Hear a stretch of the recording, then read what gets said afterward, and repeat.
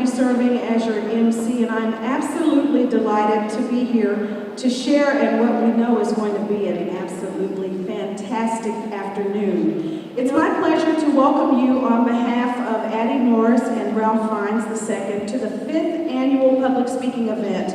And we are excited because we know that we are not only cultivating students for the future, we are preparing them for today. And it is my pleasure now to present to you the founder, along with her son, Ralph Fiennes II, Addie Morris. Would you please give her a nice, warm round of applause?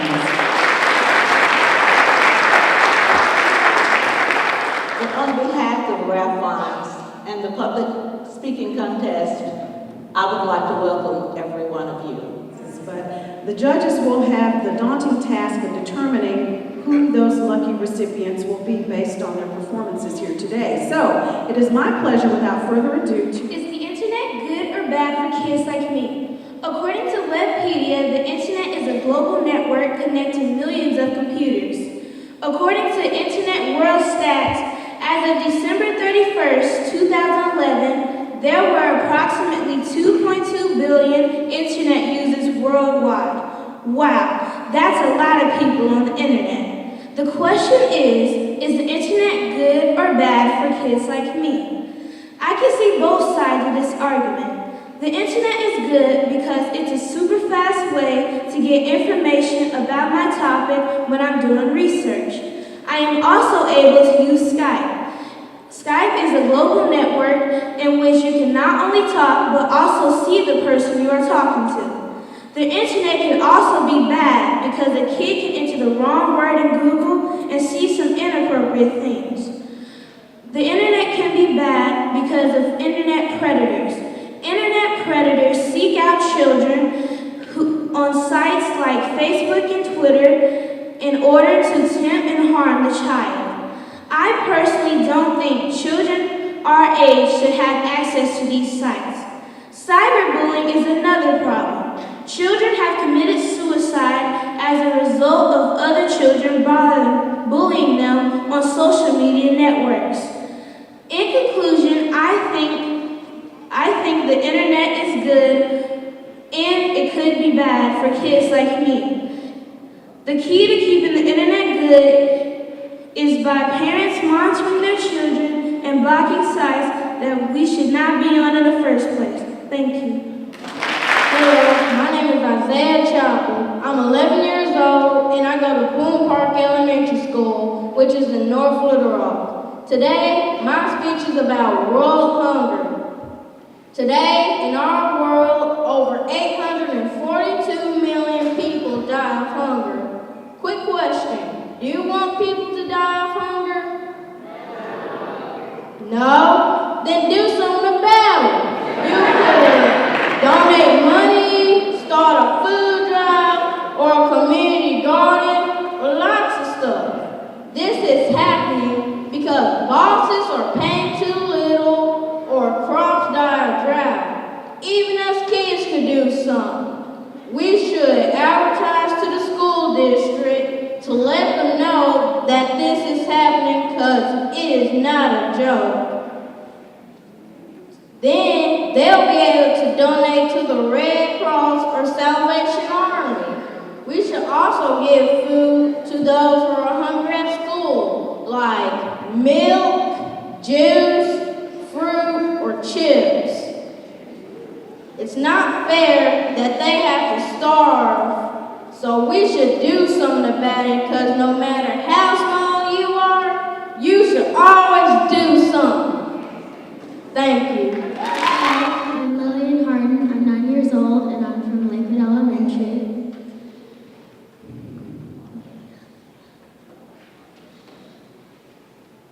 "27% of Arkansas children suffer from hunger, and 1 in 6 families live in poverty. Hungry kids can cause many problems, including not paying attention in class, being disruptive, and simply not trying. Once there was a girl named Jennifer. She was star student all up until 3rd grade when her father lost his job and her family started falling through the cracks. with help from Arkansas Food Bank, Jennifer's life was back on track in no time.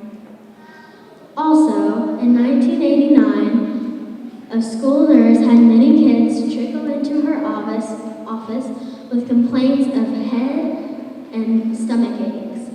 After a thorough examination of all of them, she found out that many of the kids were suffering from malnutrition. She started up a website called feedmystarvingchild.com that feeds thousands, maybe millions, of kids all over the world. You can help solve this problem by donating to Arkansas Food Bank and Arkansas Rice Depot. You can make a difference. Thank you. It was Franklin Roosevelt who more explicitly stated that healthcare is a human right. In his 1944 address to Congress, he said, "Freedom cannot exist without economic security and independence," and called for a second Bill of Rights under which a new basis of security and prosperity can be established for all. Although his second Bill of Rights never became a reality, today in America we are faced with this simple but somehow difficult question: is healthcare a privilege or a right? I honestly think that healthcare is a basic human right, because we're all tax-paying citizens. Even when I go to one of my favorite stores or restaurants, I pay taxes too. Until recently, the private sector was a major player in the healthcare system, and for the most part was a privilege, not a right.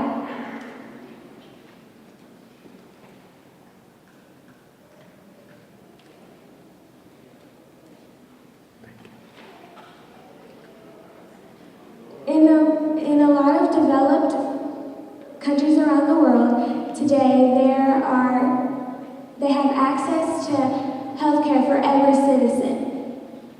America, we need to step up. Healthcare is a human right. There should be no barriers for anyone for healthcare.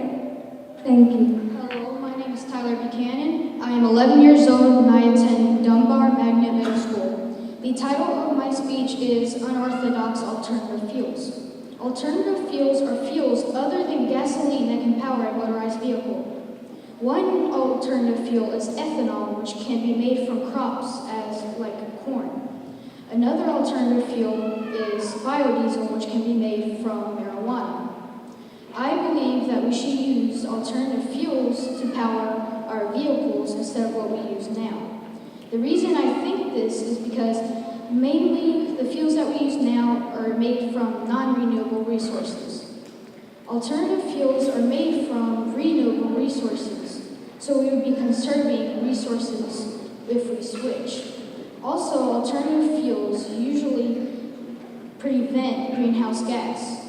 Greenhouse gas is a gas that goes into the atmosphere, and then the sun absorbs it and uses it as energy. It then reflects it back and makes the earth warmer, which can cause global warming. If we switch to alternative fuels, we would be conserving resources, and also we would be preventing global warming. Thank you. I'm 12 years old. I'm from Dunbar Magnet Middle School, and my topic is the problems with healthcare. Obamacare. President Obama needs to put more effort into fixing the economy, and stop pumping money into a broken healthcare system. Someone with no medical experience is now deciding what you need to be treated with. People are no longer being treated based on the cost. People are no longer being treated based on what they need. It is now based on the cost. Insurance premiums are now skyrocketing from 100% more to even 300% more for some people in one state. People are being taxed for healthcare when they don't need to be. Well, President Obama said that most doctors agree with Obamacare. That is simply not true. Most doctors care more about the well-being of their patients than the cost. Young men and women aspiring to be doctors are now essentially government workers. Why would someone put years of education just to be government workers? It is unconstitutional to force someone who does not want nor believe in Obamacare to pay for it. People are no longer choosing which doctors to see or what to be treated with. This is all now decided by someone behind a desk. These are the reasons why other people and I need to put an end to the federalization of healthcare. In a country full of diseases, many people suffer from cancer, diabetes, stroke, and high blood pressure. But there is one disease that is rising and contributes to them all. Obesity is this epidemic rising in our everyday lives. 64% of all Americans are obese. Too many of today's people are suffering from something that is preventable. We as Americans need to make a serious change. Obesity is defined as having a body mass index, or BMI, of 30 or more. In the society that we live in today, it would be easier and cheaper to eat at a fast food restaurant, but one cause of obesity is eating too many unhealthy foods. Technology has also reduced the amount of energy that we use to burn off the fat that causes obesity. That is not healthy. If we want to make a better world, we need to start by lowering obesity levels. The Toronto Star published an article saying, obesity is quickly rising to become the world's most severe healthcare crisis. I believe this is true. If we don't stop this crisis, many lives could be in great danger. Don't worry though, anyone can prevent obesity. We can all do simple things every day like walking, jogging, or running, or even martial arts, dance, or swimming.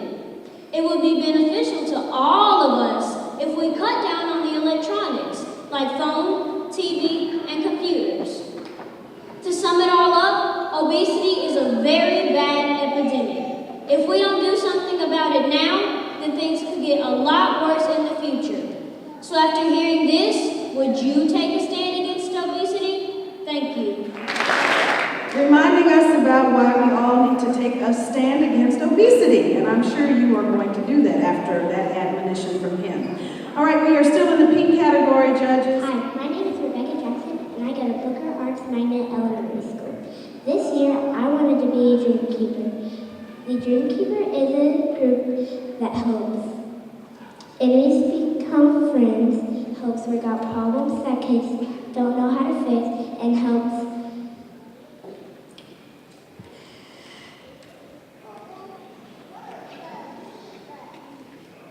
stop bullying at my school. My job as a Dream Keeper is to help stop bullying. I help my classmates stop bullying by helping them to become friends and by being kind and respectful to each other. I help my classmates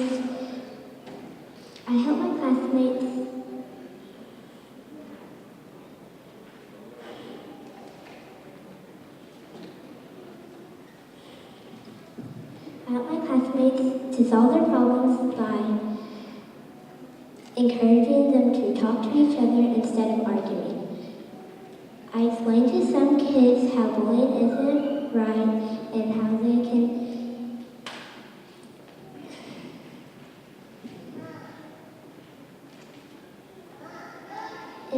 can help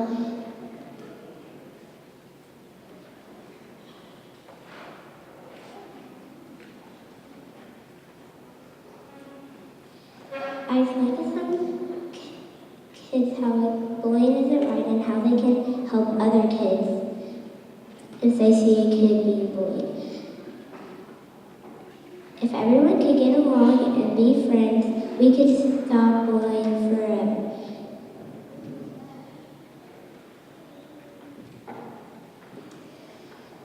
You can help stop bullying too, and not just for your school, but everywhere. Like for your home, playgrounds, and a lot of other places.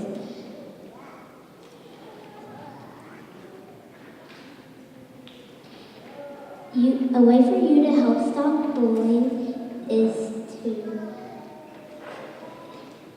be kind and stand up to bullies for your family and friends. Thank you. Hi, my name's Stella Hayes. Elementary in North Little Rock, Arkansas. Have you ever seen tiger cubs roaming down your hallway? Or an alligator walking on your kitchen floor? Have you ever been to a funeral where a parent was saying curse words and had to be escorted out of the room? Well, all these things actually happened. And what's really crazy is that all those animals were pets of some of our U.S. presidents. I'm going to tell you about a few because knowing about the pets and the leaders of our great nation gives us a closer look at these complex, amazing people. One of the most famous stories of the presidents and their pets is of Andrew Jackson and his parrot, Pole. At Jackson's funeral, Pole got excited and started swearing so loudly that he had to be removed. This story fits Jackson's personality because he was known for his fiery temper and appreciation for the common man. Jackson wasn't bothered by vulgar words and understood that this nation had people from all walks of life. Another pet reflecting the president is Martin Van Buren. He was often made fun of for his fancy clothes and was known for being a crafty politician. He took his time in speaking to the press and was often guarded in his words. His two regal tiger cubs fit his stylish image and matched his personality. John Quincy Adams didn't care what other people thought about him. He was willing to stick to his ideas no matter what. Alligators don't care what people think about them either. So does it surprise you that he got a kick out of keeping an alligator in the bathtub to scare visitors? Whether it was a herd of elephants given to James Buchanan, cows kept by William Howard Taft, or possums given to James Buchanan, the pets in the White House tell us more about their presidential owners. By knowing more about the pets, we know more about the personalities of our presidents. Hi, I'm Emma Jackson and I'm 11 years old. I go to Pulaski Heights Middle School. Today I'll be talking to you about Title IX. Title IX is a law that gives women the same educational and athletic opportunities as men have. In the 1940s, during World War II, women were given an opportunity to get jobs. This made them realize that they could do anything men could do. Many years later, a woman named Edith Green, a congresswoman from Oregon, wrote the law Title IX. Title IX was signed into law in 1972. Title IX has had a tremendous impact on women's rights. And during World War II, when men went off to fight in the war, women were given jobs in ammunition factories and other jobs helping the war effort. This made them realize that they could do anything men could do. Several years later, Edith Green wrote Title IX. The reason women have educational and athletic opportunities today is because of Title IX. Title IX has really helped women get equal rights. A few examples are Sandra Day O'Connor became the first woman appointed to the U.S. Supreme Court. Liz Chu was able to play field hockey at her university, and Alfreda Golf wasn't able to play sports while she was in college, but was able to become a track and field coach after Title IX was signed into law. These are just three of the many, many, many women that this law helped greatly. Thank you. Hi, my name is Tania Price, and today I'm going to be speaking about bullying. My first experience of being bullied was when I was in second grade. They bullied me because I am above average. And I thought that I was doing something wrong, but the whole time I was the one making the effort. So, they called me Miss Know-It-All after I knew that I didn't know it all. And once they did it, I had got over it and I didn't say a thing or pay them any attention. There are 77% of students and children around the world that are getting bullied mentally, verbally, and physically. We have to stop this. There are 45% of students that are scared of being harassed in the school bathrooms. There are 1,000 students and children bringing weapons and guns to school just because of bullying. We have to stop this.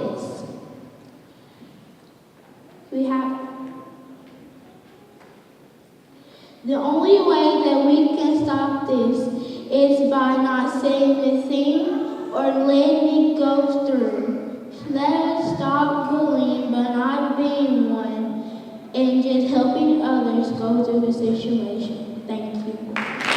You guys might be under the impression that trucks and cars are so much better than any other mode of transportation. Well, in long-distance hauling, this is not the case.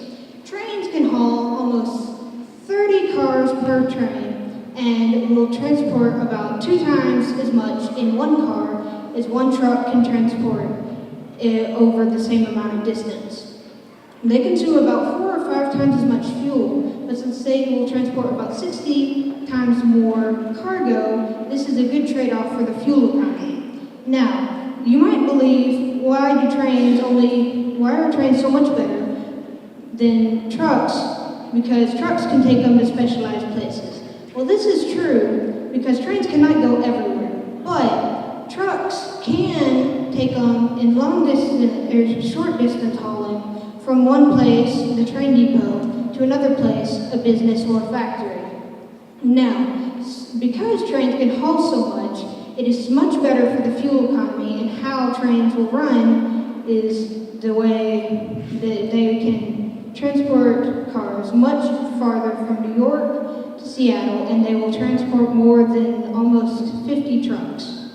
And so, with this trade-off, we will save fuel and we will save money, and will have to employ less people to transport goods. In this way, it will help the future to be safer, and we will have less pollution, and we will have less need to be using our non-renewable resources, such as oil and diesel, as much as we would as if we were using trucks to transport them all over the place. I am Uncle Sam, and I approve this message. Hello, my name is Adrian Wilson. I am 11 years old, and I am a 6th grader that attend Dunbar Magnet Middle School. The title of my speech is pollution. When we think about pollution, we normally think about littering and trash in the earth. But that's not all that's true pollution. When you pollute, we pollute by destroying the animals' natural habitat and using it for our own resources. Like, for example, when we build our cars, we know that when we drive, the smoke comes out the back pipe of the car. That smoke pollutes the air. And as we build the factories to build the cars, those factories are polluting because the smoke comes at the top of the factory. So what we think is a solution is that if we find another planet, we can use their natural resources, but all we're going to do is trash their planet, and then we're going to keep on looking. It's going to be a cycle over and over again. So that's why that's why pollution is dangerous to humans. Because when we work in the factories, we're endangering our own life sources.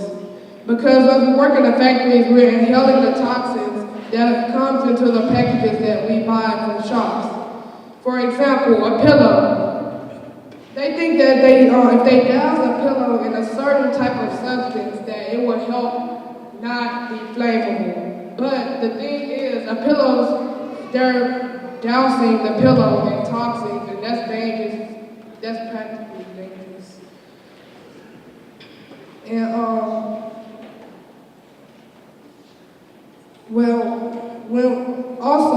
when we destroy the trees that we use to build our houses and our stores and restaurants, we're taking away animals, and that's why we have a lot of endangered species.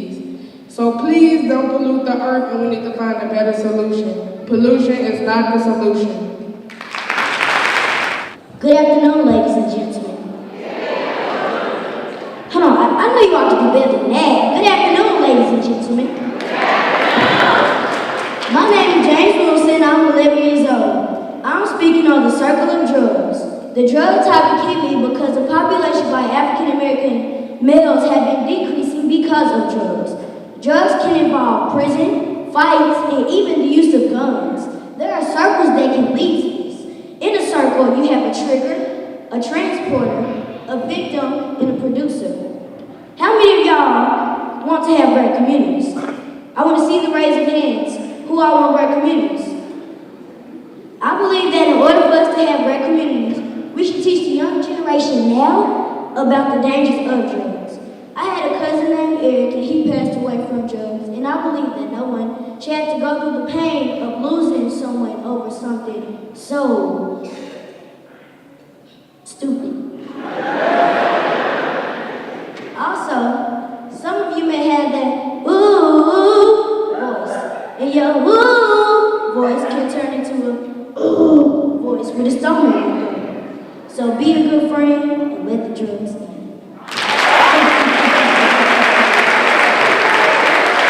How do you follow something like that? I think, were you trying to take my job? My name is Kyla Williams. I'm 12 years old, and I'm a gifted and talented 6th grader at Dunbar Maiden Middle School. Today, we live in a society dictated by technology and a known one device, the cell phone. I'm going to share with you the pros and cons of the cell phone. The cell phone was invented in 1973 by Dr. Martin Cooper. The cell phone used electromagnetic radio waves similar to the waves used in microwave ovens to receive and transmit calls. There are over 7 billion cell phone subscribers. There are iPhones, Pentax, Androids, and other cell phones. We all know how to text, get on Instagram, Facebook, and Twitter. Who has time for a face-to-face conversation? There are some good things and some bad things about cell phones. Here's one positive thing. Now, parents, y'all give your kids a cell phone to keep in touch. Isn't that right? Okay. Some cell phones have GPS capabilities, so they can know where their kids' whereabouts. Now that's a positive thing. Here are some negative things. Scientific studies have found out that using your cell phone too much can be harmful to your health and also increase the risk of brain cancer. There is distraction with cell phones, causing kids to pay little attention to what's going around them. If they are talking, texting, or playing games on their cell phones, they may stop in front of a car or not notice if someone is following them or stalking them. Now, before I end my speech, I would like everyone to pull out your phone and please text Lean Body to 55469. Thank you.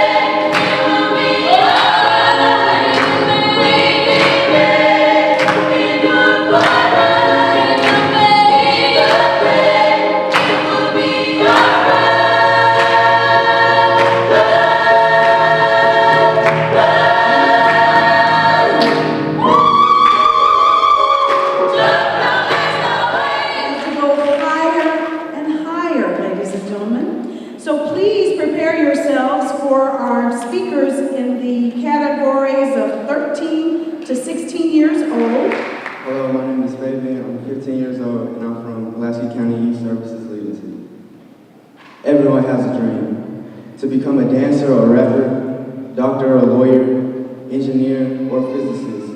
Some people have extraordinary dreams. It starts with a thought, a vision of something in the distance, a change. This change might be worldwide or within only one person. This change is brought by actions or creations, led with words or by example. Now at first, this dream might seem crazy, unreachable, insane. But every human being has unlimited potential, insane ability to succeed. What separates animals from people is the knowledge to create, the ability to picture something in your head and find a way to make it a reality. You can make all your dreams come true. Don't let anything destroy your dreams. It's easy to give up on a dream or never even try to achieve your goals, but anyone can dream. It doesn't matter if you live in a broken home with no father, or if you feel alone in the world, you can still do anything. Don't succumb to depression or drugs because the oppression is short-lived. Theft, acts of violence, drugs, these are all things that corrupt your soul and destroy your dreams.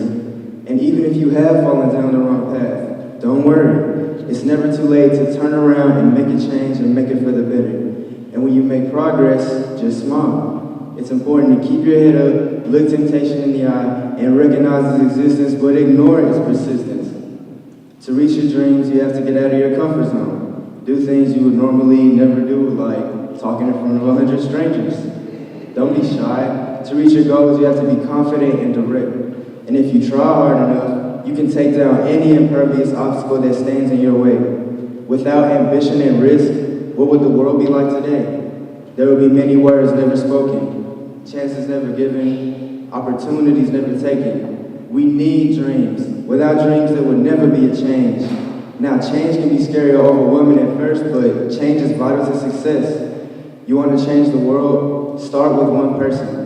Make someone smile. Make someone's day. Take the first step. Make the first move. Never give up on a dream, no matter what it is. Don't let dreams wither and blow away in the wind. Let it fester in your mind until you can't take it anymore and you have to make a change. What happens to dreams deferred? Don't let yourself find out. My name is Erica Braswell, and I'm a sophomore at Hall High School. My speech is entitled, Aspire to Inspire Before You Expire. To inspire is to fill with animating, quickening, exalting influence. I guarantee that each and every one of you has an inspiration. In fact, I'm almost sure that every person in here inspires someone, whether you know it or not. When I was a little baby, my mom said that it was hard, and that sometimes she felt like giving up. But she would look deep down into my dark brown eyes and she found inspiration. She said that I inspired her to have hope. That I inspired her to remember that just because today was a bad day, doesn't mean that tomorrow will be. And that just because tomorrow is taking so long to get here, doesn't mean that it won't ever come. I was walking from school one day and I saw this little girl sitting on the bottom of the staircase with her face buried in her hands, and she looked up at me with tears drowning her eyes, and I said, "Why are you so sad?" She said, "My boyfriend broke up with me shortly after taking my virginity." And I paused. Then I went on to say, "Next time, open the gates of your mind before you open the gates of your legs, and that will force him to cherish your existence." Mind you that she is only 15. So I tell her, allow him to acknowledge what's on the inside instead of what's in between. I saw her several months later at the grocery store, and she came running up to me and she said, "Thank you for inspiring me." I was like, "What are you talking about?" She said, "I have a new boyfriend now, and he loves me with all his mind because his heart's not big enough." I said, "No, thank you for inspiring me to want to go out and inspire others." If you don't remember anything else I said today, remember this. Inspiring someone could change the trajectory of their entire atmosphere. Thank you. My name is Caleb Bazilla, and I attend Easton Middle School. And today I'll be talking about child abuse in the 4 different types. Child abuse is harmful to children. Children throughout the world suffer from a multitude of harms, such as infectious diseases, starvation, and abandonment. The 4 types of child abuse are physical, sexual, emotional, and neglect. Physical abuse can range from severe hitting, kicking, or punching the child. The most common type of physical abuse is shaken-baby syndrome, found mostly in infants. Physical abuse can be related to bullying and punishments made by the parent. Sexual abuse. Sexual abuse is when an adult has sexual activities with a minor. This includes inappropriate kissing, touching, or having sex with them. Studies show that 36% of women have been sexually abused between the ages of 7 to 15, either by someone they don't know or someone in their family circle, leaving the child not to trust any adults that come around. Emotional neglect. Emotional abuse is very important. It's the abuse on the inside. It can relate to harmful criticism, thoughts, or bullying. Emotional abuse is more powerful. It's powerful than physical and sexual combined. Neglect. Neglect can be very powerful. Neglect is when the child's wants and needs aren't fulfilled, leaving that child hopeless and useless. Neglect can be not having a house, or food, or clothing. For more information, please visit www.savethechildren.org. And if you know someone that's being abused, please contact the proper authorities. You can save a life. Thank you. My doubts are traitors that lose that which I oft might gain by fearing to attempt. William Shakespeare. Self-doubt is a demon that has plagued nearly everyone. It is that dark voice within us that whispers that we are utterly inadequate and that we cannot succeed. When we are lying, overcome and drowning beneath a sea of doubt, it is easy to lose all hope. But the good news is that through recognition and action, we can free ourselves from the crippling chains of self-doubt. Before we can take action to defeat the doubt within our lives, we must learn to recognize our doubts. We must learn to look our doubt in the eyes and to call it by its true name, lies. When we are strong enough to look deep within us and to find the areas of doubt that we have buried for so many years, then we can begin to overcome it. Self-doubt is cruel, and it is crafty. Its voice sounds eerily similar to our own thoughts. But there are certain key thoughts and phrases that are generally evident of self-doubt within our lives. Mental phrases such as, I'm not good enough, I'm not qualified, there's someone better, and especially I'll fail, are all examples of an inner voice expressing doubt. When we have been able to look within us and to identify key areas of specific doubt within our lives, we can begin to take action to defeat those doubts. There are many specific methods of taking action against our doubts, but one of the most effective is writing it down. So on a sheet of paper, draw a line down the middle to form 2 columns. In the first column, write down every aspect of the doubt you feel about a specific situation. Hold nothing back. Then, take the time to examine each area of doubt and write down why it is inaccurate or illogical. Often, being able to examine our doubts is enough to vanquish that specific area of doubt. We must learn to be strong enough to stand up, courageous even in the face of crippling doubt. The artist Pablo Picasso once said, if you hear a voice within you saying that you cannot paint, then by all means paint, and that voice will be silenced. When we are strong enough to stand up in the face of doubt, then that is when we will truly free ourselves from it. Thank you. Should the phrase under God be taken out of the Pledge of Allegiance? Or how about in God we trust be removed from our currency? Whether it's a group of atheists or a father in California, both are in agreement that the separation of church and state is not prevalent. I want to encourage that in God we trust and under God remain on our currency and in our pledge. Many dispute that there's not a proper separation of church and state, but Supreme Court justices and attorneys disagree. Some believe that the language in the pledge and on our currency is unlawful and claims that it is offensive.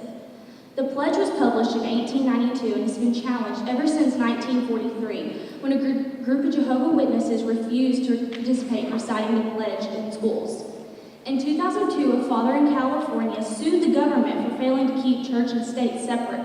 He claims that his daughter should not have to say the pledge in school every day. He thinks that the language in the pledge is unfair and that it signifies to students who do not believe in God that their belief is wrong. Others in the United States think that this would absolutely destroy tradition, removing it from the pledge. About 3/4 of the United States population is Christian, and others follows religions like Islam and Judaism, which are also based on the belief in one God. A group of atheists led by Michael Nadeau is currently suing the U.S. Treasury for putting "In God We Trust" on our money. The standard atheist appeal is to the violation of our First Amendment rights. Separation of church and state, they say. But they can point to no particular and concrete evidence executed to them other than it offends us. But rather, I'm here to tell you that the First Amendment does not say anything about separation of church and state. Rather, it says, Congress shall pass no law respecting an establishment of religion. Supreme Court justices have recognized that it is important to both accommodate and acknowledge the guidance of God as an important role in our national affairs. Also, the Ten Commandments play an important key element in our nation's history. Over nearly a century, many have tried to challenge and rid God of everyday life in the U.S. The freedom our founding fathers aspired to was a freedom based on the context of moral standards in the Bible. John Adams, second President of the United States, stated, "Our Constitution was made only for a moral and religious people. It is wholly inadequate to a government of any other." Hello, my name is Andre Edwards. I'm a student of Legacy Glasgow County Youth Services and I attend Leeds Academy in Little Rock. My presentation is about air disasters. Air travel is one of the most safest methods of travel today. On any given day, there are more automobile crashes and more people die or are injured in automobile accidents than there are in air disasters. What makes an air disaster newsworthy is usually the fatalities or injuries that occur when we encounter a situation where an aircraft is involved. As an example, in the news recently was the disappearance of the Malaysian Airways Flight 370 with more than 200 people on board. While this made the news became the subject of most discussions, most people cannot remember when a similar situation occurred in recent times. Air disasters occur as a result of multiple factors. These may include human errors, purposeful human actions, or weather conditions. Air disasters can often be avoided. Some actions that may be taken include ensuring airplane flight decks are safe and may not be penetrated by people who wish to harm the airplane and its passengers. Weather plays an important role in avoiding air disasters, and we must ensure that airplanes are airworthy and takeoff and landing conditions are appropriate. The aircrew needs to be in full control of the airplane and must also at all times, and there are rules that dictate how much rest the pilot must have between flights. Further, just like operating a motor vehicle, a pilot should not fly while he or she is under influence of any substance such as drugs or alcohol. By being attentive to some of these simple factors, air disasters may be reduced to an even smaller number than there are in recent times. Thank you. Hi, my name is Tamadia Dawson, and I attend Little Rock Central High School, and I'm in the 10th grade. See, every day someone else complains because they don't like their face or the way that they were made. Negotiating only gets you so far, so we should all stay true to ourselves. It is important to stay true to yourself because you don't want to let someone dictate your life. If you can't stay true to yourself, then who will you stay true to? We were all created this way for a reason. You don't want to let someone dictate your life because you should simply live for yourself. It all starts and ends with you. And every time that you try to change to be like someone else, you are negotiating with yourself and your moral character. Also, if you can't stay true to yourself, then who will you simply stay true to? And in the end, this could cause problems. Because if you can't be honest with yourself, then how do you expect to be honest with your loved ones and the people that care about you? Also, every time that you try to be like someone else, you will always be number 2 and never number 1. Lastly, we were all created this way for a reason. In my opinion, if you try to be like someone else and we're all the same, then this will simply cause problems because opposites attract. It's like up and down, left and right. Opposites just simply attract. And people aren't looking for copies. We are simply looking for individuals. So therefore, once again, it is important that we stay true to ourselves because you don't want to let someone dictate your life. If you can't stay true to yourself, then who will you stay true to? And we were all created this way for a reason. See, every day someone else complains because they don't like their face or the way that they were made. You just keep negotiating what God has created. So let's just simply face it. The society has us duplicated, but we are perfect the way we are. We are all stars that shine brighter when we stay true to who we are. But if negotiating only gets you so far, then why do we have idols that we look up to? Why do I go to you to learn how to tie my shoe? And why does 1 + 1 always equal 2? But stop. Because at the end of the day, we were all created different in a specific way. But hey, negotiating only gets you so far, and we should all simply stay true to who we are. Thank you. Hello, my name is Micaiah Evans, and I am a part of LEAD&FEED Pulaski County Youth Services, and I attend East Bend Middle School. I'm going to be talking to you about teen pregnancy. Teen is the key word. I think it is very dangerous for a teenager to get pregnant. I think it is also important for teenagers between the ages of 13 and 19 to think about their future. From my perspective, it is not a bad thing to have a baby, it's just the fact of you having it as a teen. Here are the do's and don'ts of having sex. The do's and don'ts are basically what prevents and doesn't prevent pregnancy. Number 1, male condoms. Male condoms is very important during sex. Male condoms is protection. Number 2, abstinence.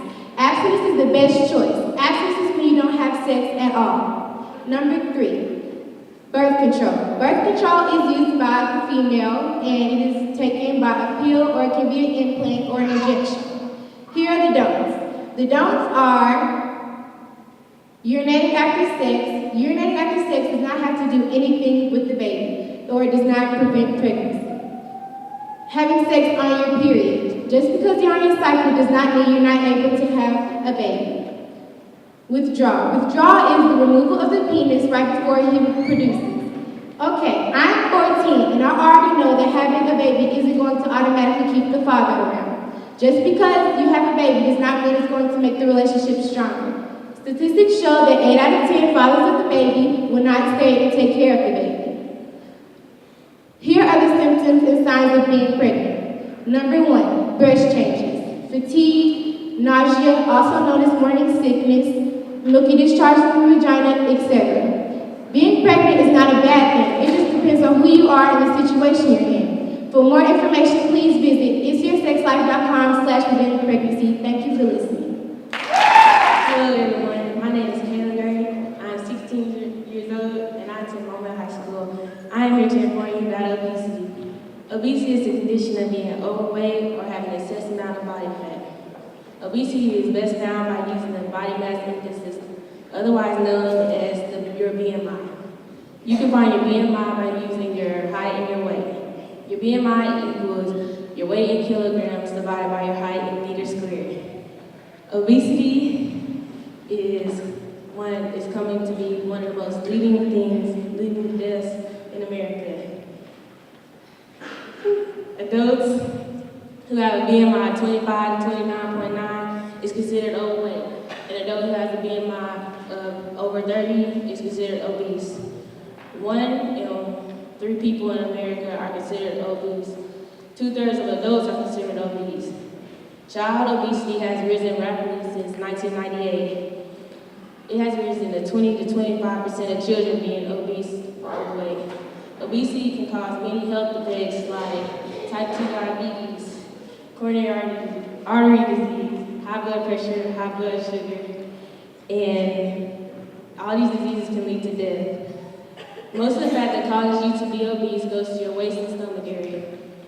Your waist size determines the amount of health problems that you would have in your life.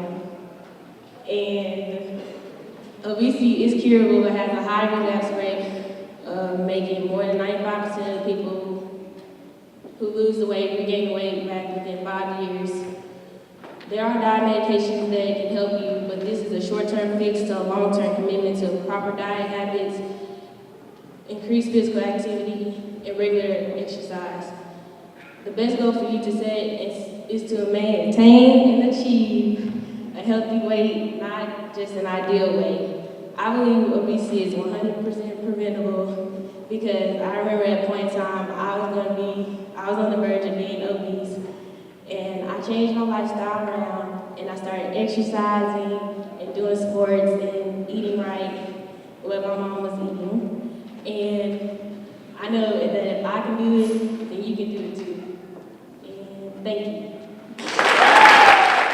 Hello everyone, my name is Kendra Garland. I am 14 years old and I attend Mama Middle School. I'm here to inform you today about technology and teenagers.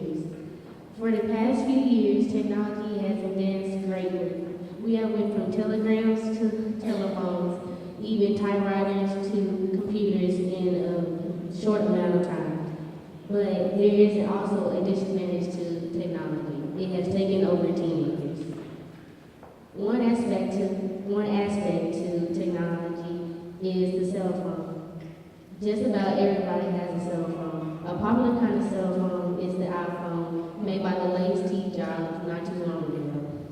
I myself have a cell phone, and it's distracting me from doing many things like my homework and listening to what my parents are saying to me.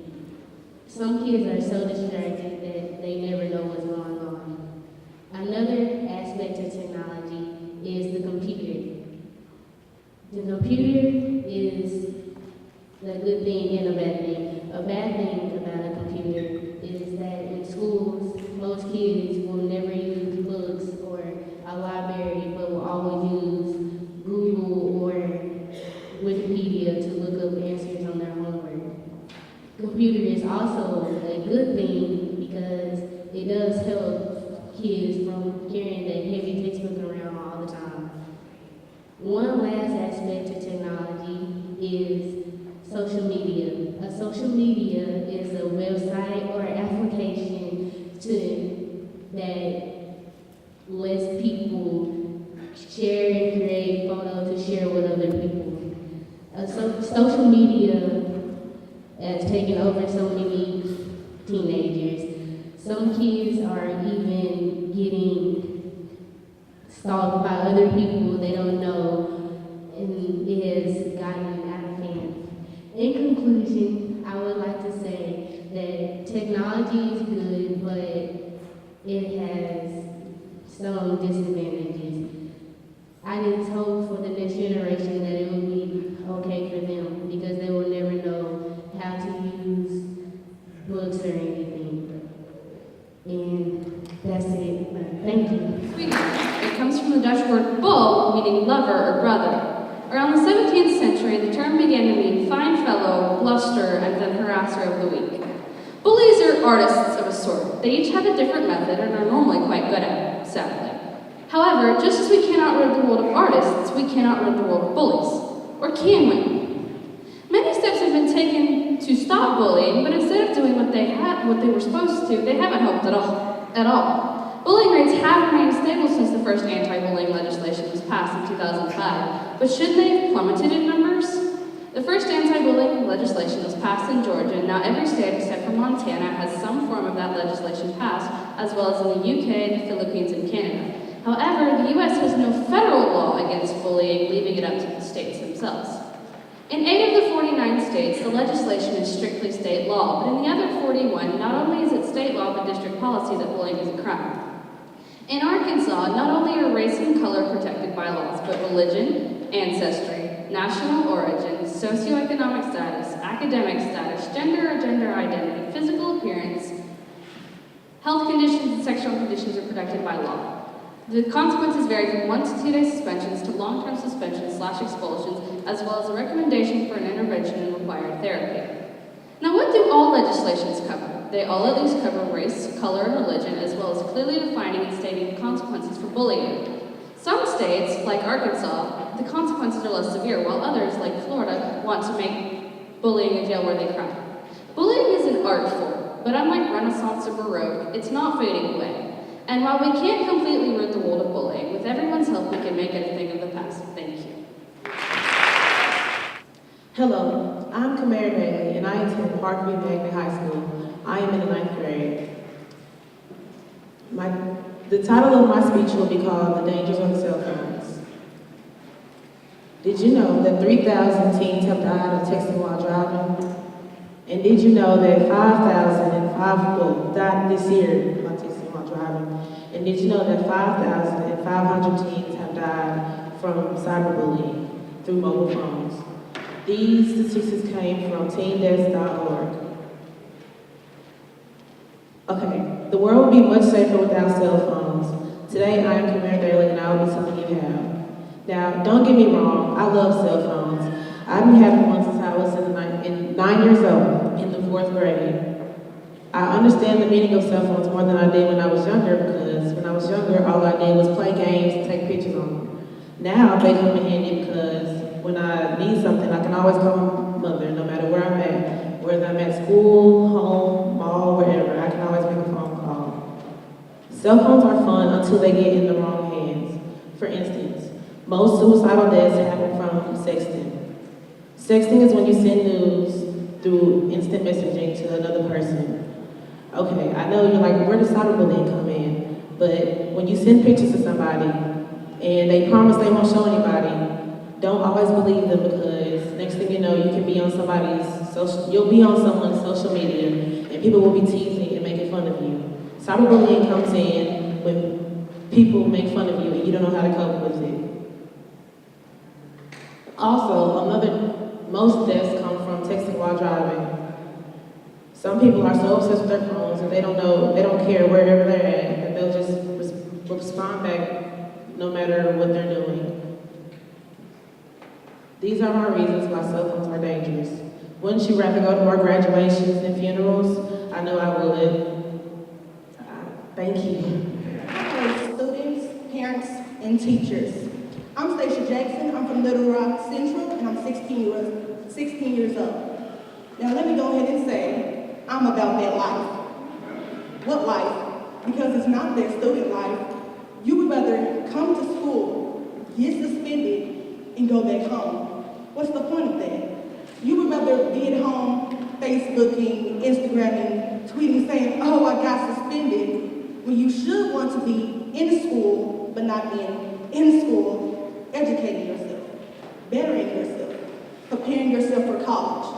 But no, you're too busy trying to impress your friends by saying, oh, you got suspended, when you should try impressing your parents by your grades. But no, I'm not going to tell you about something that you already know. Let me tell you about these teachers. Teach me. Don't teach your computer screen. How is that helping me? Is it always the student's fault for not passing a class, or not graduating from high school, or being accepted into a college? Is it always the student's fault? Is it my fault for having the grades of let's say an A and a B, another A, B, 2 more A's, a little C, and a big F? Is it always the student's fault? Is the teacher taking care of the responsibilities of a teacher? The students are teaching each other more than the teacher is, so what's the point? I'm leaving the room with the same amount of information that I came in with, so what's the point of me coming to class? Because in the state of Arkansas, the average teacher makes $44,810 per year. If I could get paid that much for doing nothing, I would become a teacher. Because you know, teachers love to say, I'm going to get paid whether you listen or not. What are you talking about? You're doing that now. Plus, what am I listening to if I'm not being educated, since I'm the one that's not willing to learn? Because you supposedly already know this, you're not the one that's trying to learn this. Well, why don't you stop complaining and teach me? You can become a sitter because all you do is sit. But don't become a teacher if you're not willing to teach me. Thank you. I'm Maya Jones. I'm 15 years old and I attend North Little Rock High School. How many of y'all like to have fun? Pretty much everyone, right? There are many ways to have fun. My favorite way to have fun is to go to the movies with my friends. You know, clean fun. A not so clean way to have fun is to do drugs such as crack cocaine. Recreational drug abuse has become prevalent among youth in America. Teens are often misled on the severity of abusing illicit drugs. Although it is true that these drugs can bring euphoria and pleasure during the high, in the long run, they can have devastating effects. Crack cocaine is not the most commonly abused illicit drug, but it is one of the most dangerous. Repeated long-term use of crack cocaine can result in addiction, lung cancer, depression, seizures, strokes, a heart attack, or even death. With all of these nearly fatal side effects in mind, you have to wonder why anyone would risk their life just to feel good. Crack stimulates your nervous system by increasing your energy, alerting your mind, and heightening your senses. The drug dramatically increases the release of dopamine in your brain. The release of dopamine intensifies every pleasure for a short amount of time. This is why crack is so addictive. Some people actually believe that the small benefit of crack outweighs the possible numerous negative outcomes. Eventually, for even the most loyal crack addicts, reality sets in. It is not worth it. A man by the name of William was profoundly affected by crack cocaine. By age 59, he had 2 daughters that he had put through college and had even earned his retirement. However, his retirement party was the beginning of the end of his successful drug-free life. That night, William tried crack for the first time. Over 5 years, he lost his wife, his health, and everything he had worked so hard for. He experienced long-term struggles for one night of destructive fun. Next time you're planning a Friday night activity, remember William and have a clean night of fun. Thank you. Hi, my name is Jordan, and the topic I'm going to talk about has a huge impact on you, me, and other teenagers around the world. Take a look to your left. Now take a look to your right. What if tomorrow that person no longer existed? He or she would never walk across the big black stage and hold their diploma. They would never cry as they were getting married. They would never sit on the porch, gray hair, watching their grandchildren play on the swings. They would miss out on all the great opportunities of life because they committed suicide. Let's talk about the definition of suicide for a minute. On Google, it is defined as killing oneself intentionally. While it told the definition, it didn't tell the reasoning. It didn't tell about the boy who was pushed around because he was different, or the girl who was mentally and physically abused by her father. It didn't tell about the girl who prayed to God every day for a few friends and to lose some pounds. You see, there is a reason behind it, whether it's abuse, loneliness, depression, or bullying. A victim that I hope everyone knows about is Asia Patton, who got into a fight with a couple of girls over a boy at school. She then received a bunch of threats over her social media. Her mom could tell that Asia was changing, but she just thought she needed some alone time. Little did she know that one of Asia's last tweets would say, "I love you, mommy." No one wants to see their child lying in a casket. Take one more look to your left and now to your right. Imagine that person on the floor of their bathroom holding an open pill bottle. But they look so happy, right? Like the sun woke them up out of bed in the morning. But maybe if you look close enough, you can see the gray cloud hovering above their head. So ask someone how was their day. Ask them what you can do to make it better, because you may be able to save a life. Thank you. My name is Tyra Rather. I attend McClellan High School, and I am 16 years old. Today I'm going to talk about a subject that no one wants to talk about. We all want to sweep it under the rug and pretend as if it's not there. But the truth is, obesity exists. So as we begin, I'd like for everyone to do me a favor. Hold your hands up high. Go ahead. Close your eyes. And grab as much as your stomach as you can.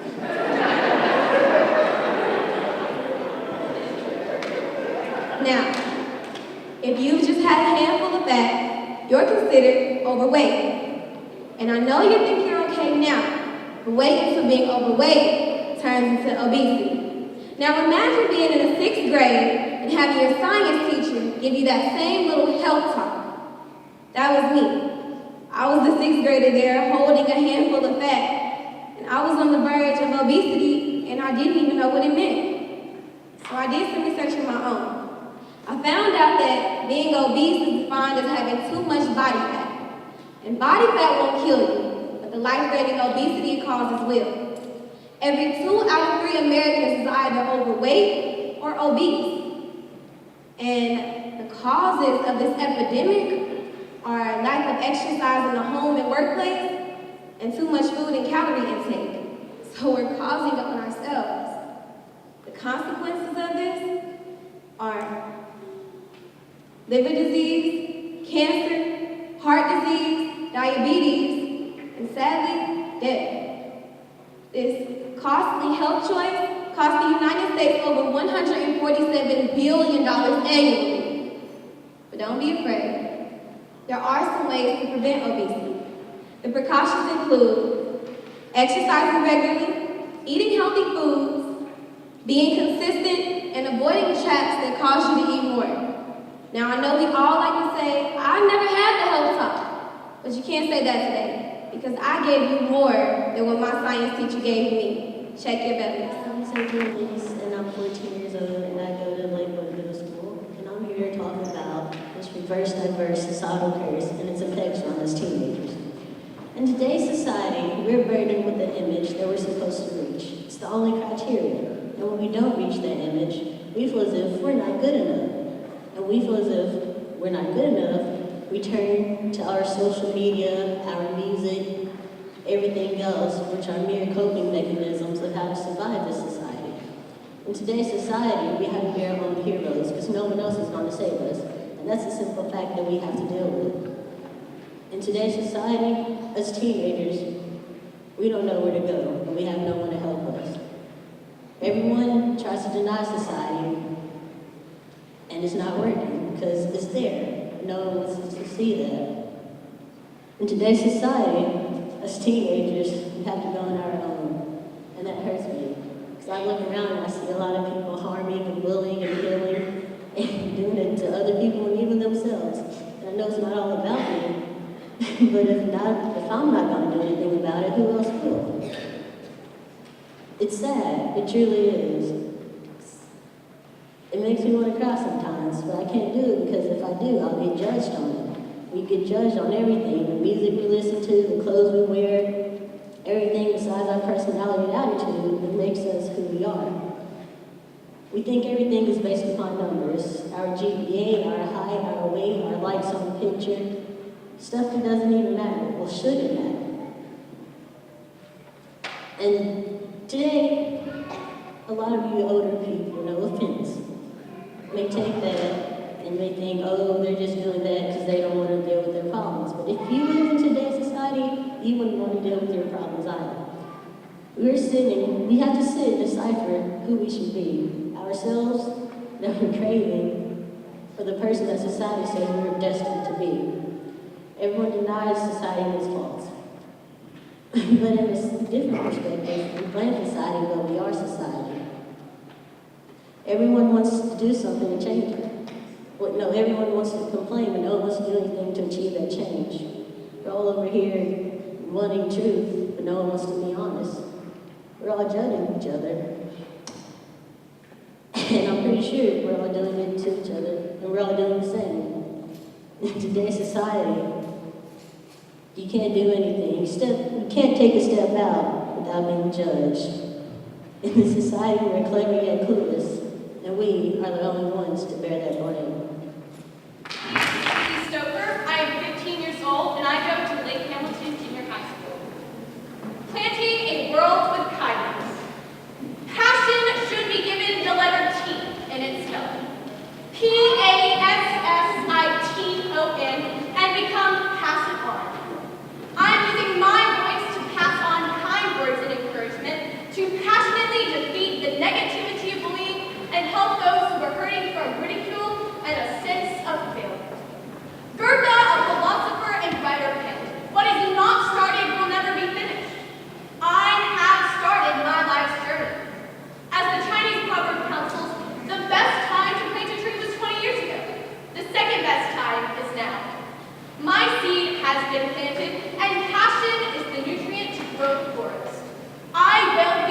outside, forced, and grown world. I cannot tolerate allowing others to be bullied for being different, for choosing to travel a different path. I will passionately live to guard against those who are ridiculed for their beliefs, religion, dress, body size, style, or color of their skin. I will pave my life's dirty road with confidence to stand for myself and others.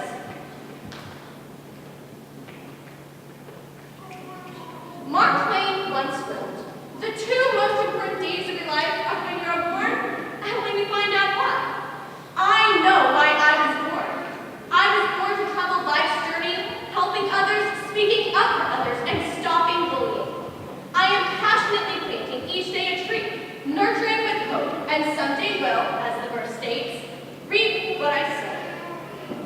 As spiritual advisor, Mary Ann Williamson challenges us to ask ourselves, who am I to be brilliant, gorgeous, talented, fabulous?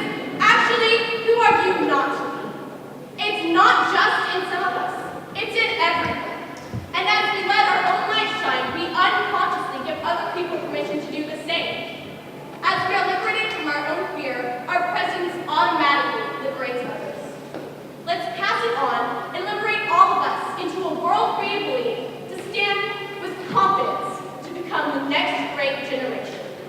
One tree at a time. Passionately sowing with kindness. Thank you. However, I would like to talk about something that is near and dear to me, and that is crime inside the African American community.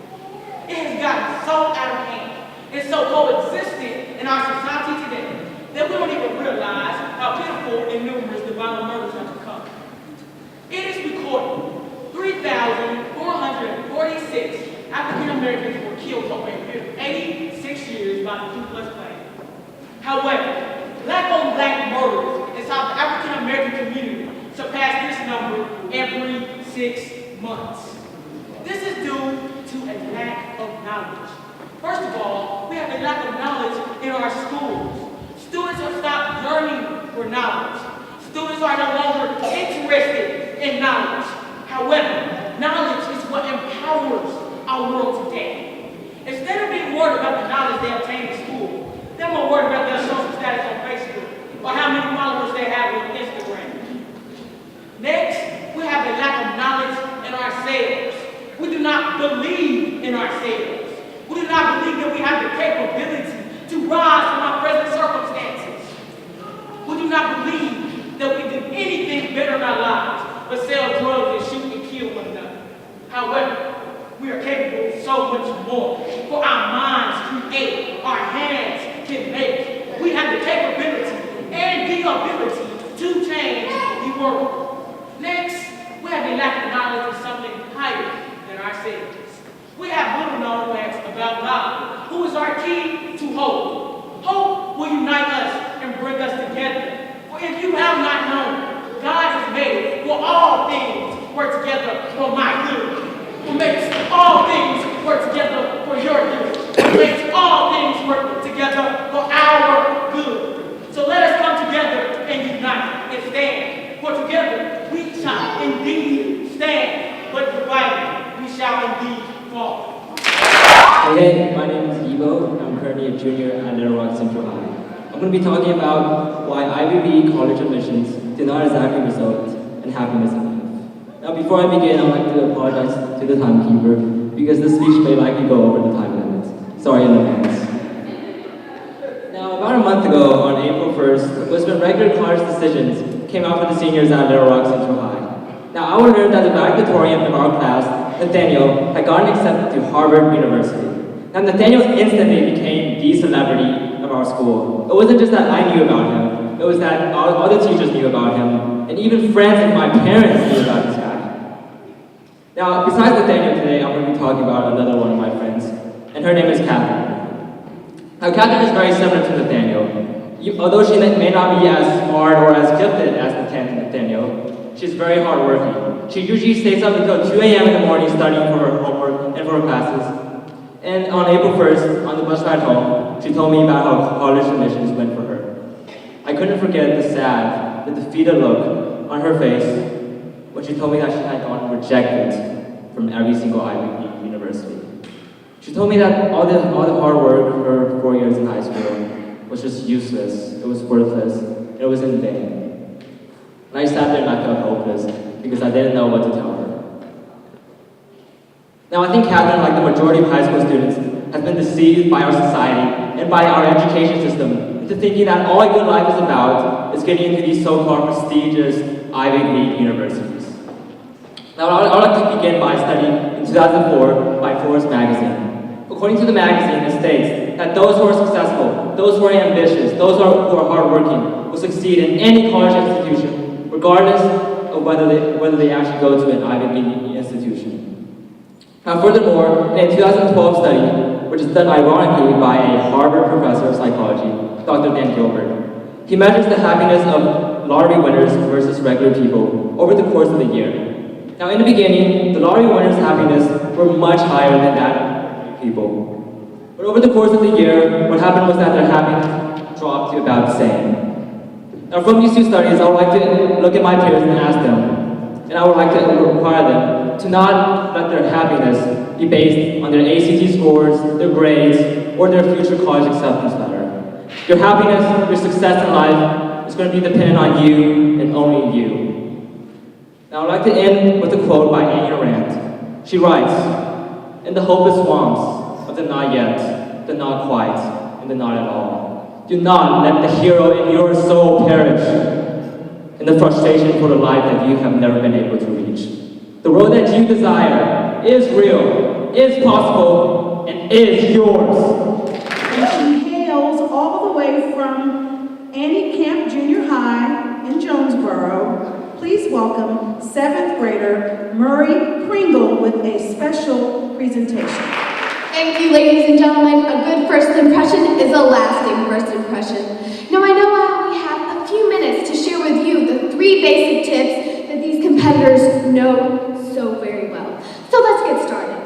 Now, I know most of you were pretty nervous before you came up on the stage. And before you did, you were like this, your teeth were chattering, and your knees were knocking. So I bet you used some sort of mechanism to manage your nerves. Some people sing, some people tap, some people do breathing exercises.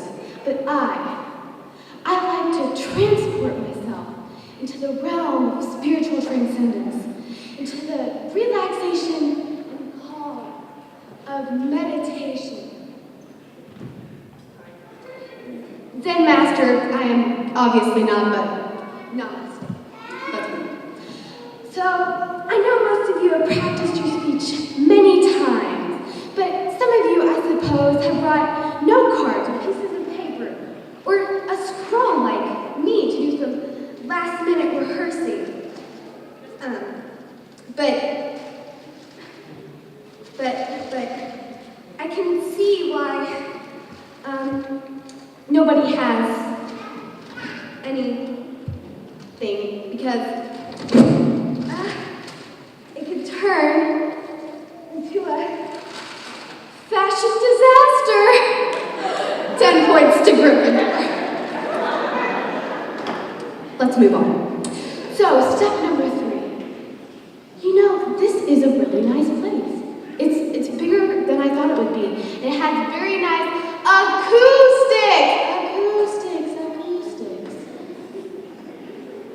Where was I? Step number 3. Stay focused. Have laser-like focus on what you are going to say next and stay pinpointed exactly where you are in your speech. Today is full of distractions, like me, for example. So you need to stay focused on what you are here to do, and you'll do fine. So before you get up on the stage, remember to make a good first impression, manage your nervousness, stay organized, stay focused, but most of all, have fun. Thank you. Hello, my name is Dana Abulas, and I'm currently a junior at Little Rock Central High School, and my speech is entitled None of the Above. Now, a couple of months ago, I took the PSAT, and this is just a standardized test given by College Board, just like the ACT or the SAT. And the advantage of actually taking this test is that if the student does well, then they can receive a scholarship called the National Merit. Now, one of the very first questions that the PSAT asks is, what is your race or ethnicity? And there are only about 6 choices, like African American, white, Asian, Native American, and other. Now, I am Middle Eastern, and there was no Middle Eastern bubble, but I am not an other, I am a person. So how can we expect people to overcome racial barriers when they're asked to define themselves by a bubble? Because immediately, when I circle one of those races, I am automatically stereotyped into what my score should be. So how can we expect people to overcome these type of barriers when my score isn't treated the same as the person behind me, as the person next to me, or in front of me? Now, there's also another scholarship given, and this is the National Achievement Scholarship. But the problem with this is that it's not actually based on any achievement at all. It's only based on whether the student circles Hispanic or African American. So Sasha Obama could have won the National Achievement Scholarship over little white Sally, whose parents never went to college, never supported her educational goals, but it doesn't matter because Sally is not African American or Hispanic. But Sasha Obama, she is going to take those $3,000 worth of scholarship just because she's African American. Do we want to live in a world where some races are more beneficial than others in the education system, in which if I identify as African American, I can receive those benefits even though I'm not underprivileged? Until there's a bubble that says Dana Abuela's, College Board is going to stereotype me into what they think I should be, into who they think I should be. But you see, I am not a demographic. I am not a statistic. I am not an other. I am a person. And so are the millions of other students who took the PSAT. We shouldn't be defined by one bubble. So that's why I am none of the above. Thank you. My name is Kendra Marbley. I'm 18 and I attend McClellan High School.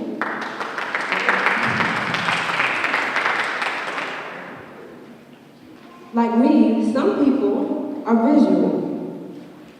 So today, I'm presenting 3 visuals for you. There's a movie I saw called The Day After Tomorrow.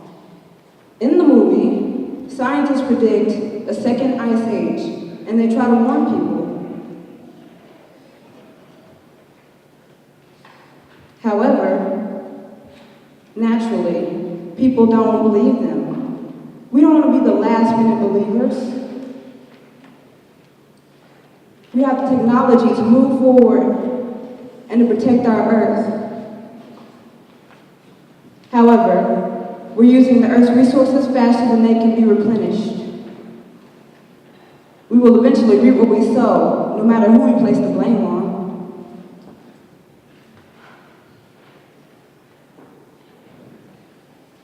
There's another movie I saw, 2012, based off the Mayan calendar. I'm not really sure whether the Mayans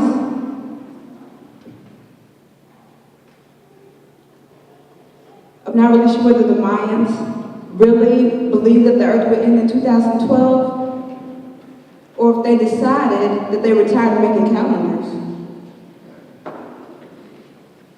But that movie, it hit a couple of points for me. How can we believe that certain people should continue to exist while some of us should die? Who gets to decide who's significant and who isn't? Is it me? You?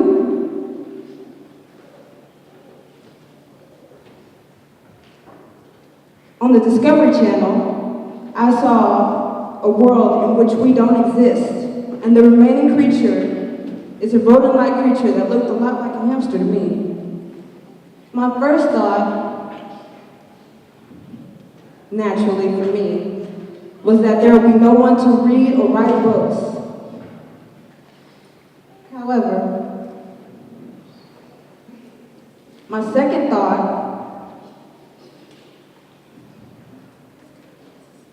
My second thought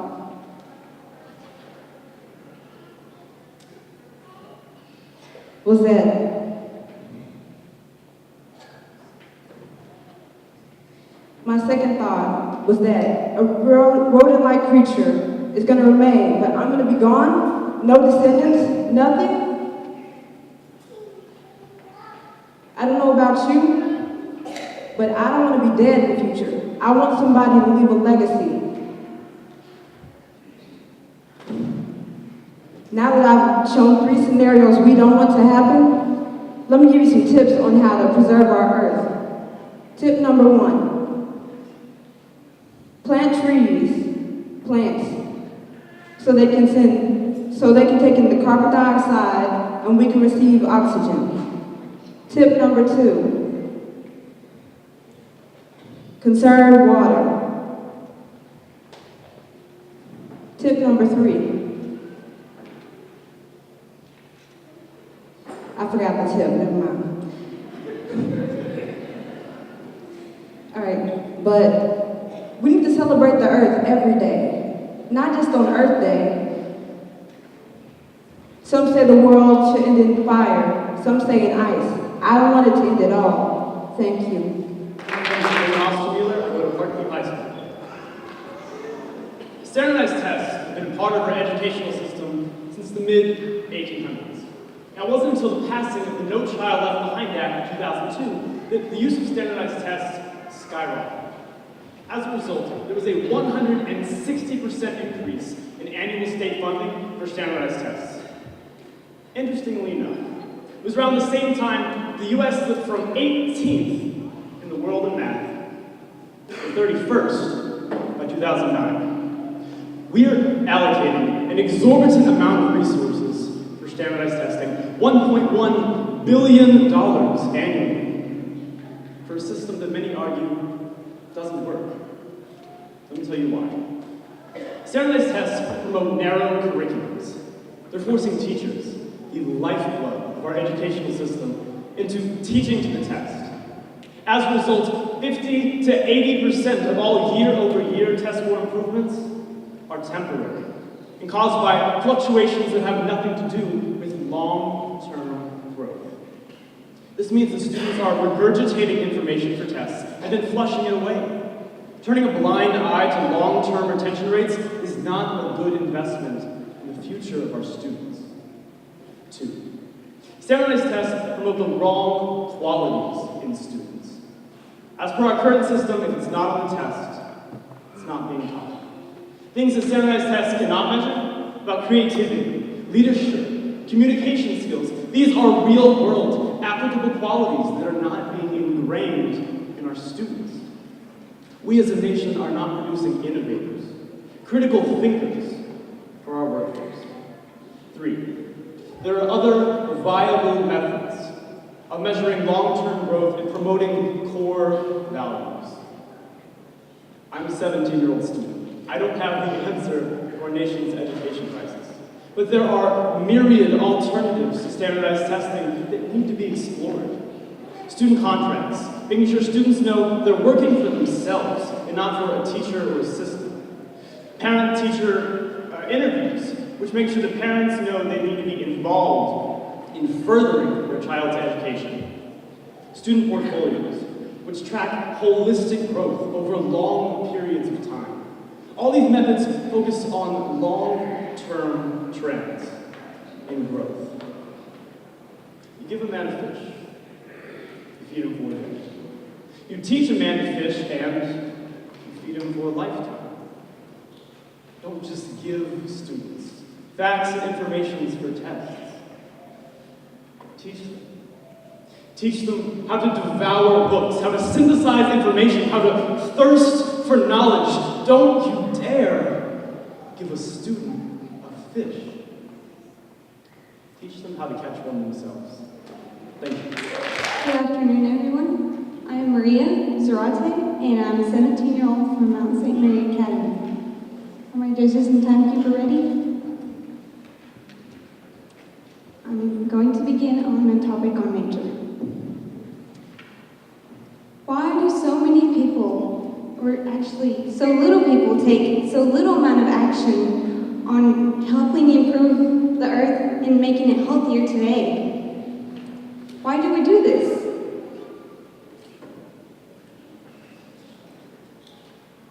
We can begin by just this simple manner, picking up a minute piece of paper. These little actions can help improve the earth by such a great amount of change. Begin with the basics.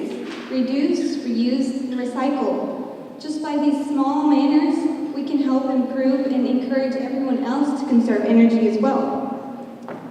Today, we depend on nature for so much, but we are not appreciative of it.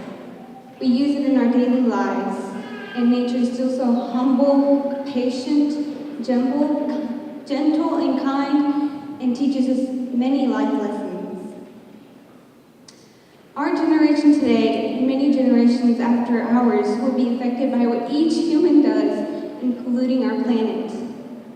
Pollution is one of the main reasons why nature is slowly leaving our grasp, leaving us slowly fading little by little. The generations before us did not have to worry about the situations now. Still, we should be concerned with this matter: global warming and the extinction of animals. The extinction of animals is very dangerous now, and we should consider this also because the future of our children is slowly disappearing.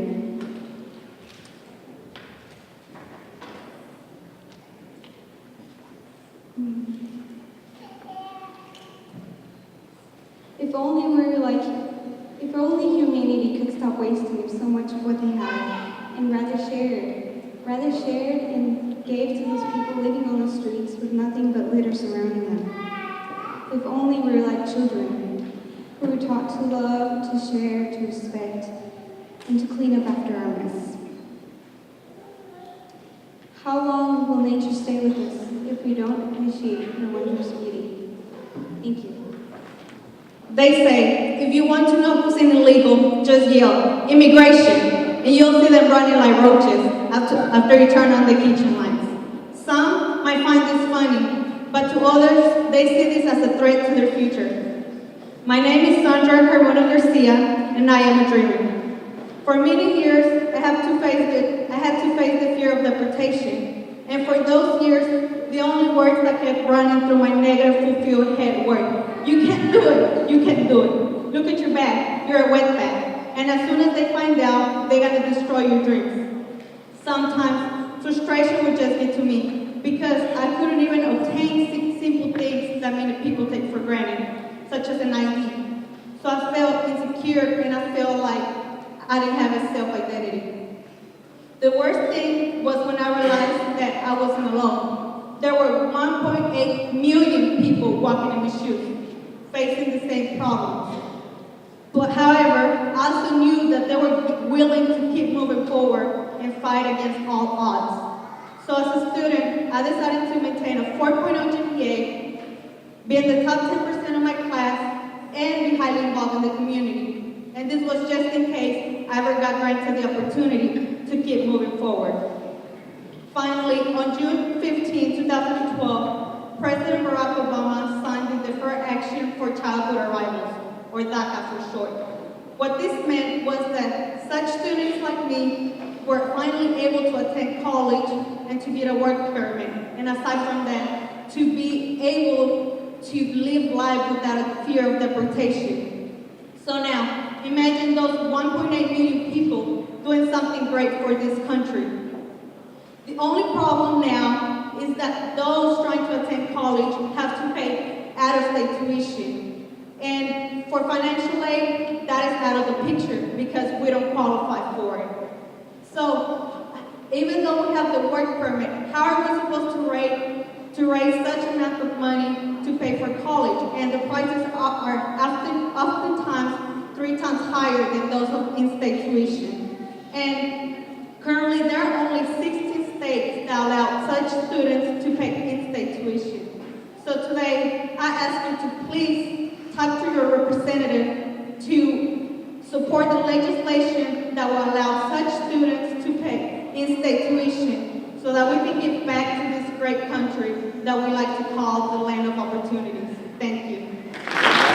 My name is Evan Forte. I'm a 17-year-old senior at Mills University State High School here in Florida. And today I'm going to talk to you about something that's been a hot topic for as long as Americans can remember. It's in the news daily. It's no secret that the United States has a large federal deficit. But the question is, do you really know what the deficit is and how it affects you? If not, you're about to figure it out. Let's dissect the deficit. People often confuse the federal deficit with federal debt. Now, this is understandable because they are both economic matters that are very similar, but they aren't. It's the same thing. The deficit is the amount by which a government's total budget outlays exceeds its total receipts for a fiscal year. This means that our government is spending more money than they take in year. The debt is what our government owes itself and other countries. The deficit was created during the Great Depression, a time in the 1930s when our government was in serious economic distress. It has grown since then, and it's also fluctuating thanks to recent budget cuts. It's shrinking as the years pass. But due to changing times, it will also continue to increase here and there as years pass. Now, how does the deficit affect you? One, you pay and lose more money. The government uses tax revenues from your paycheck and on items you purchase in an attempt to close the deficit. Two, the deficit can also reduce the amount of federal assistance you receive, as the government can cut spending in certain areas to save money. The opposite and ideal situation that our country and our government wants to be in is called a surplus, where budget receipts are greater than budget outlays. Now, let's talk about possible solutions to help fix this. The most common and natural response to this is, let's just print more money to cover the cost.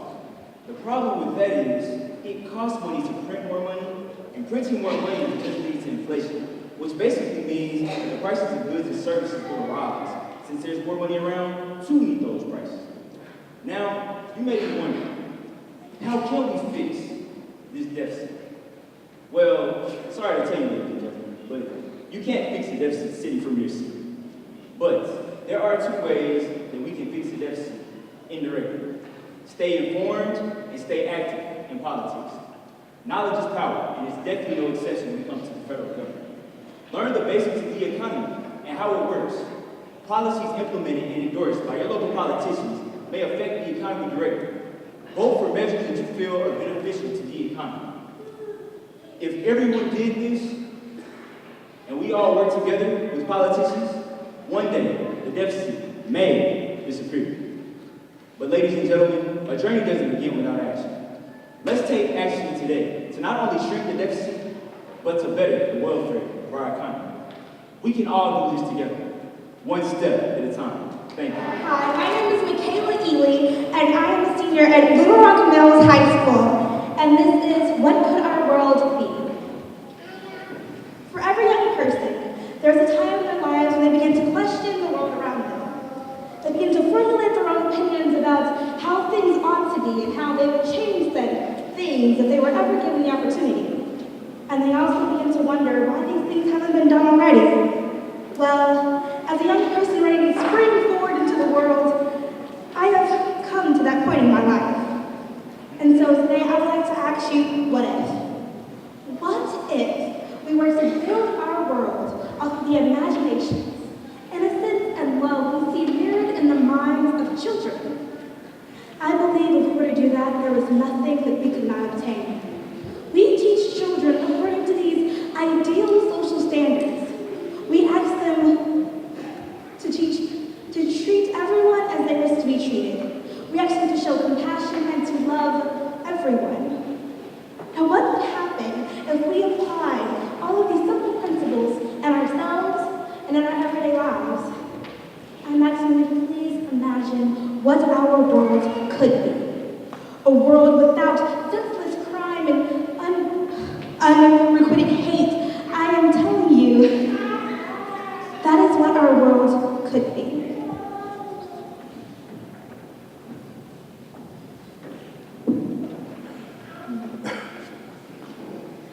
We ask children to be the good that they want to see in the world.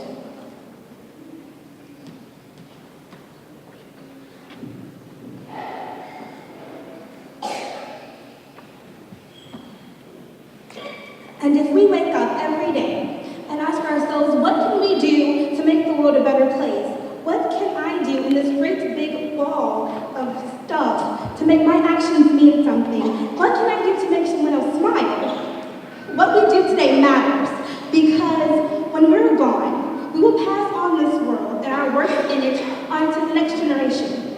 And what will they have to build off of? What will they have to show for our time here? I honestly believe if we make a conscious effort to be the change we want to see in the world, that we can make a difference. I know that these actions are small and these ideas don't seem like that much, but I know that every little bit can help. The constant crime and disregard for others I see in our world deeply hurts me. And I refuse to sit idly by and watch as it tears apart our families, our communities, and our world. My only goal today was to stress the importance of the decisions you make. Because what you do now affects not only your individual path, but also the path of others. And no matter what, you should make your life count in making our world what it should be. Thank you. Please give our contestants another nice round of applause.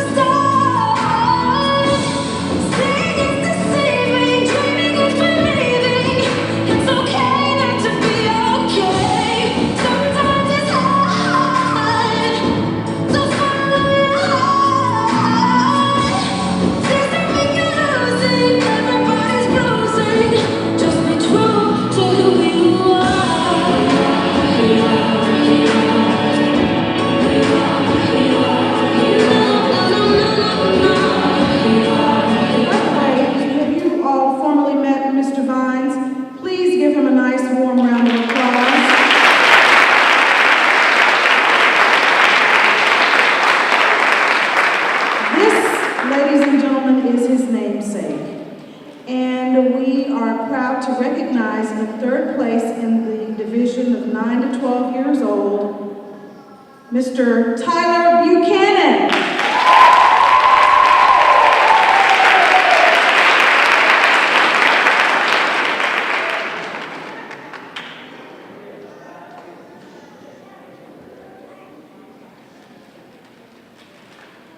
In second place, Mr. Dominique Diamond.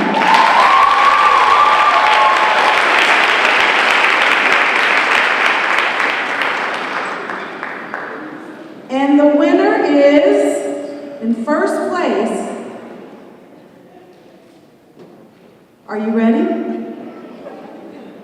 James Wilson.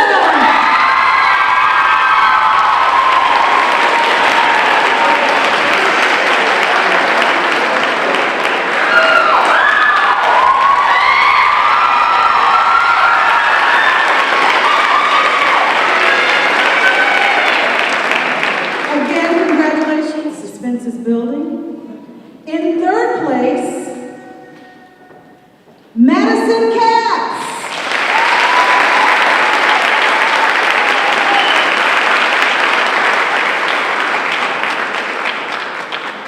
Haden from Hot Springs. We are proud to have Hot Springs represented this year. In second place, we are proud to announce Ms. Hannah Burdette.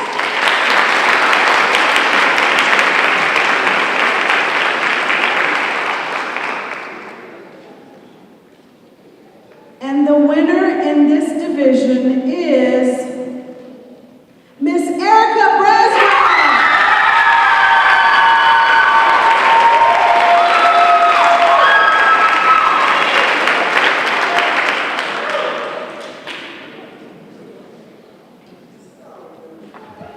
Kyra Rattler.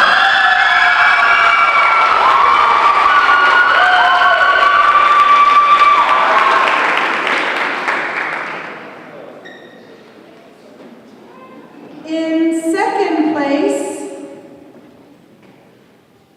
Keely Stouffer.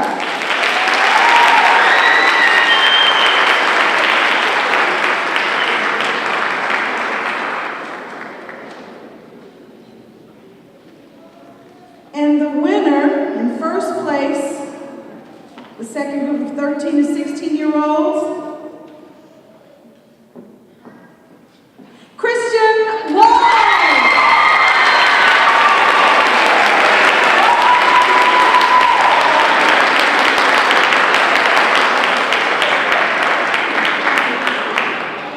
Congratulations. Dana Abuz.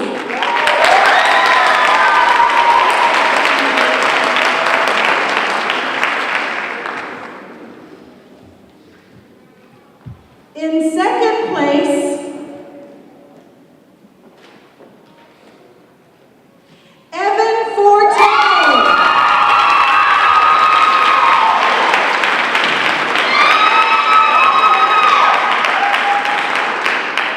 And this young man is going to hate it because he had to leave. Mr. Owen Ostermuller.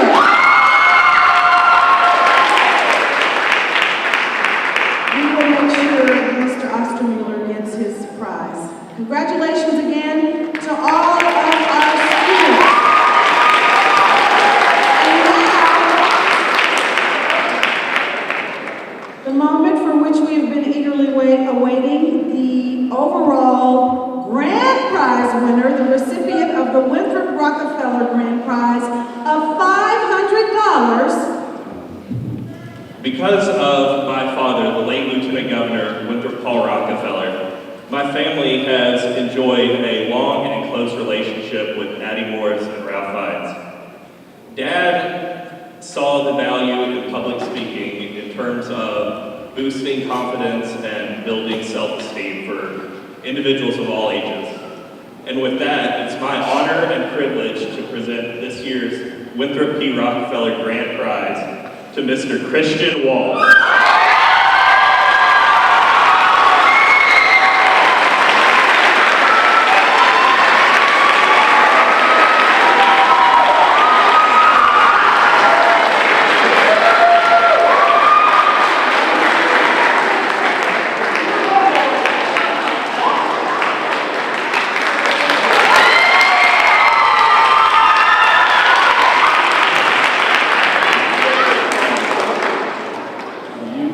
All the judges did. This was my 5th year to judge this contest. I always leave a changed person by the ideas given to us by these young people. I hope that they know that since they've talked about change, that they have started a change in the world, a change to communicate, a change to convey new ideas, and a change to bring reconciliation. And thank you for all that you do. Thank you very much, Mr. Barlow. Please, ladies and gentlemen, let's say a special thank you to Addie Morris and Ralph Fiennes for bringing